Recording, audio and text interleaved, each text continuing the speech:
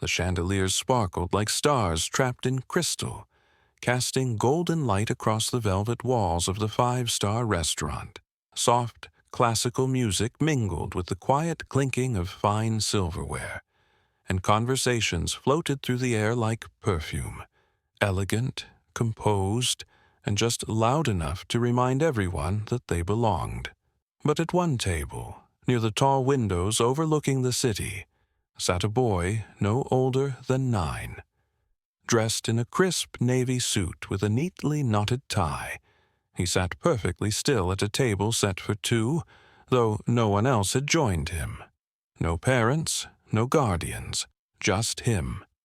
A sketchbook lay beside his untouched plate. When the young waitress approached, her smile was professional, but her eyes gave her away. Just another rich kid playing adult, she thought. When he softly ordered his meal, polite, measured, almost rehearsed, she rolled her eyes before turning away. What she didn't realize was that this quiet boy held the power to change everything. She dismissed him like a nuisance, until the truth made her knees weak. Watching from anywhere in the world. Drop your city in the comments, and if you believe kindness should always come before judgment, stay with us. This story isn't what you think. Liam adjusted the collar of his tiny suit as he stepped into the grand dining room, his polished black shoes clicking softly against the marble floor. The restaurant gleamed like a cathedral of elegance, towering windows draped in gold velvet, chandeliers twinkling overhead, and waiters gliding past like dancers in a perfectly rehearsed ballet. At 9 years old, Liam looked both out of place and strangely at home. He moved with a stillness beyond his years, clutching a leather sketchbook to his chest like it held something sacred. He was soft-spoken, his presence delicate but composed. Beneath his calm exterior, a storm quietly churned. His father, a man of taste and tradition, had passed away just 3 months ago. This restaurant had been their monthly ritual. Now, Liam had returned alone, not to dine, but to remember, to honor, to observe. Across the room, Ava brushed a loose strand of hair behind her ear as she balanced 2 trays between bustling tables. She was 26, with a sharp mind and a sharper tongue, though her smile never betrayed it. Years of rude customers, heavy shifts, and whispered judgments about her looks had chiseled away at her warmth. She didn't mean to judge the boy when he walked in alone, but the sight of him sitting so confidently, sketchbook in hand, struck her as pretentious. Another rich child, probably dropped off by some bored nanny. Ava once dreamed of being a writer, of telling stories that mattered, but tonight she was just trying to survive another shift. Outside, a sleek black car had dropped Liam off, its windows tinted, its arrival unnoticed by most. Inside, the staff murmured about a rumor. A famous critic was due to visit. The head chef had been restless all day, retouching plates, scanning faces, but no one suspected the critic they awaited had already taken his seat. Quietly, in a corner, sketching softly beside a folded napkin, Ava sighed when she saw the table assignment. Table 14. The boy. Of all the guests she could have served on a busy night like this, she got the solo kid in a suit. She walked over with forced composure, already irritated by the sight of him sitting so neatly with his hands folded, sketchbook at his side like he owned the place. "Good evening," she said, her voice clipped but polite. "Are you waiting for someone?" Liam looked up with soft, intelligent eyes and offered a small smile. "No, ma'am. I'll be dining alone." His voice was calm, respectful, oddly mature for someone his age. Ava blinked. "You're dining alone?"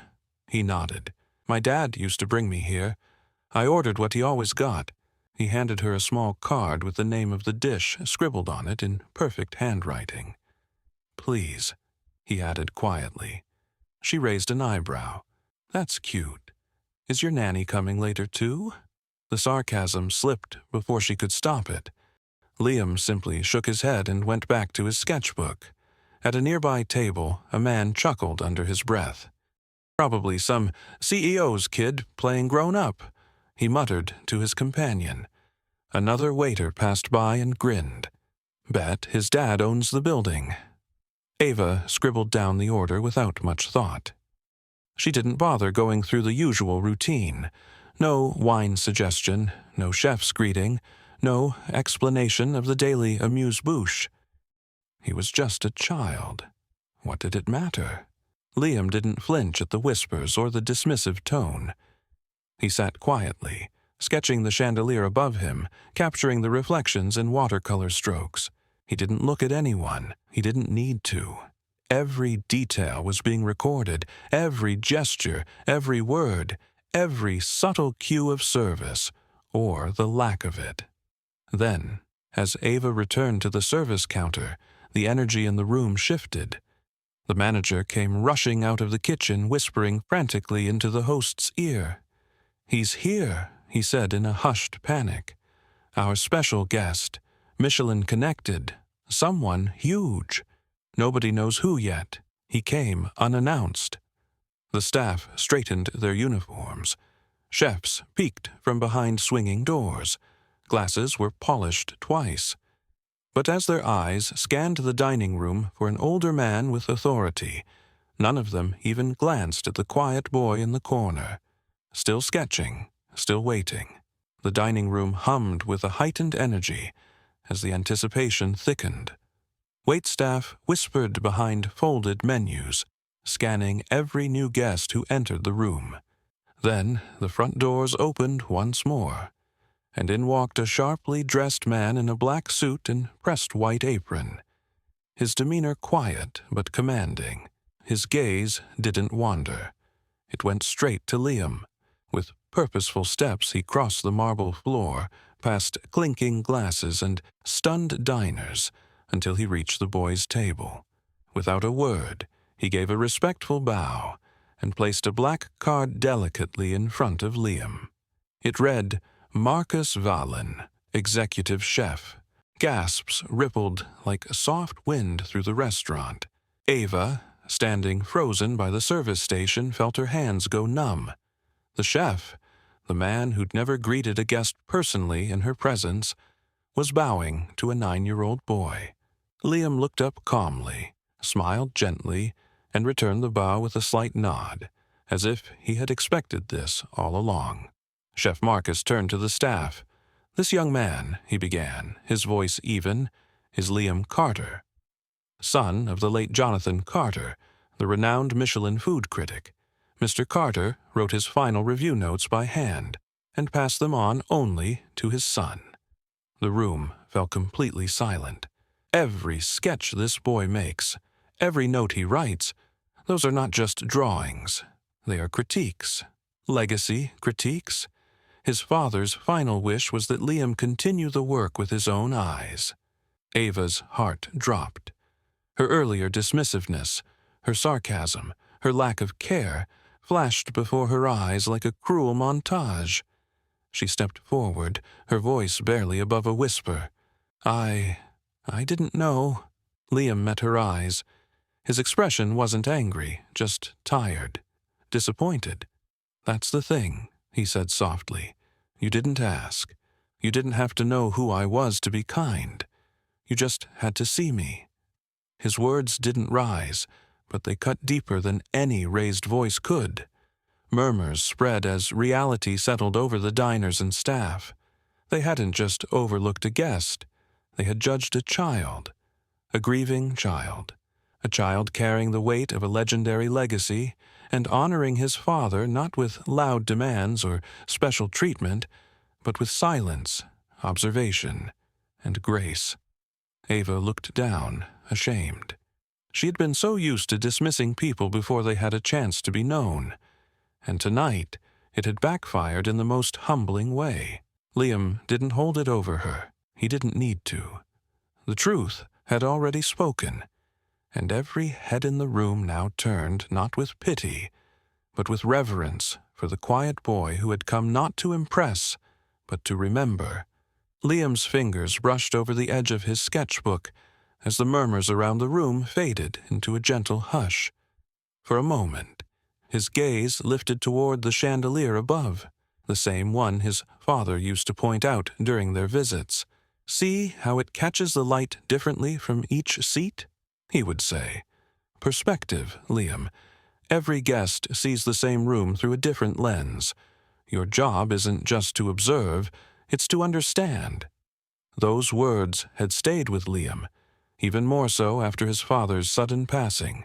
In the quiet months that followed, he had carried the sketchbook to every restaurant his father once visited. Not with a sense of vengeance, but with duty. He would taste, observe, record, and keep his father's final project alive.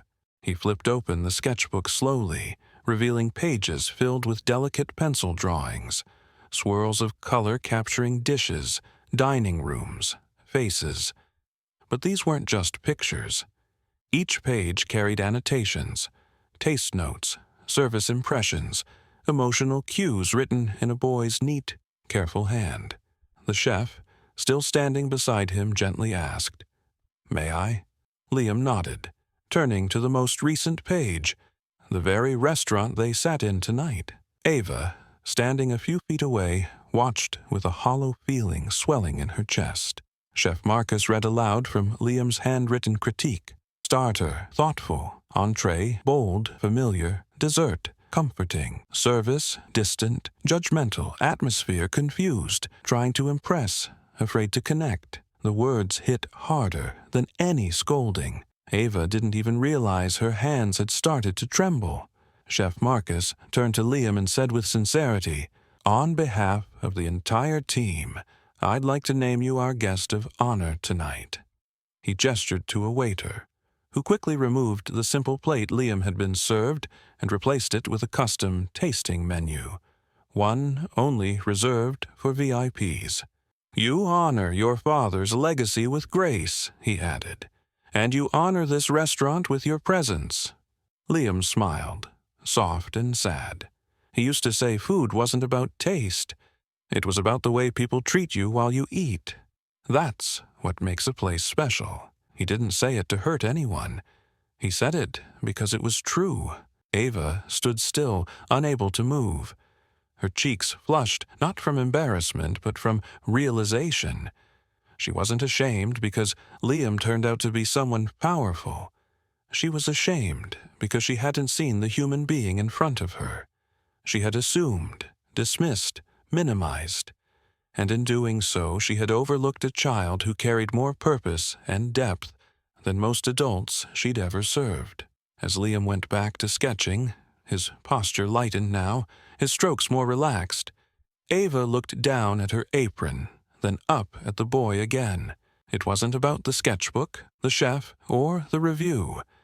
It was about what she failed to give, decency, without condition.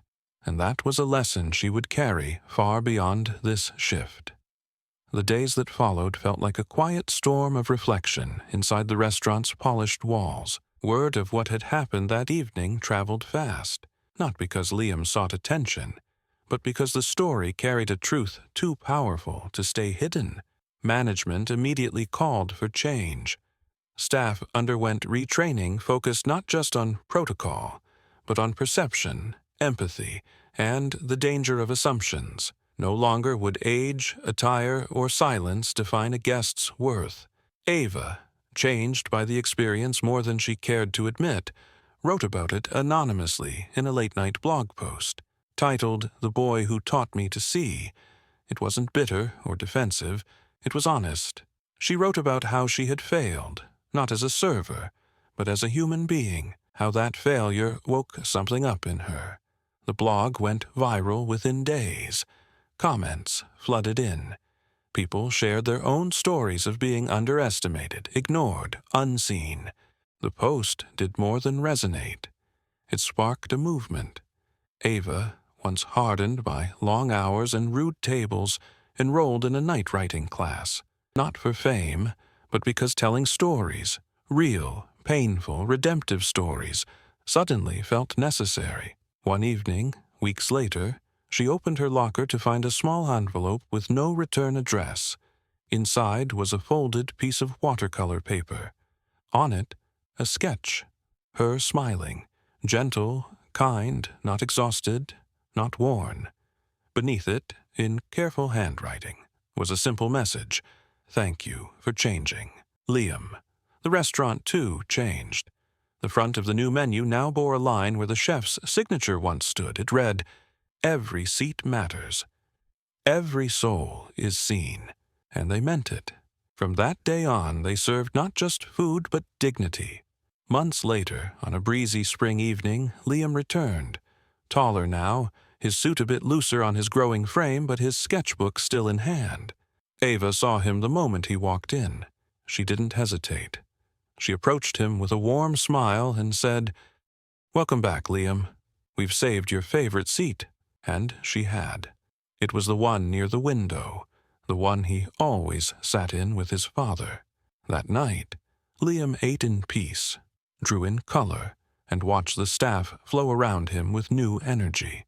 When he finished his final page, he tucked the sketchbook away and handed the chef a folded card. The title on the front read, "Redemption, served gently." He didn't need to raise his voice. He never had. His presence, his patience, and his quiet grace had done something far louder. He had shifted the room, not with power, but with presence. And those who once saw him as a child now saw him as something much greater. A reminder that the smallest voice can carry the greatest weight when the world is finally willing to listen. They thought he was just a quiet boy, another child out of place in a room built for grandeur and formality. But without ever raising his voice, without demanding attention, he reminded everyone that the loudest truths are often served in silence. His presence shifted perspectives. His stillness made people pause, and his kindness, in the face of dismissal, became the most powerful lesson of all. Sometimes it takes the smallest figure to deliver the deepest impact, and sometimes it's the one we overlook who carries the legacy we should all learn from. Have you ever misjudged someone because of how small or quiet they seemed? Have you ever looked past someone only to realize too late that they were worth noticing all along? Like this video if you believe respect should never be conditional. Share this story if you've ever been underestimated, or if you've learned to see people differently because of it. And follow us for more stories that whisper truths louder than words. Thanks for joining us. Next time you meet someone quiet, lean in. You never know what legacy they carry.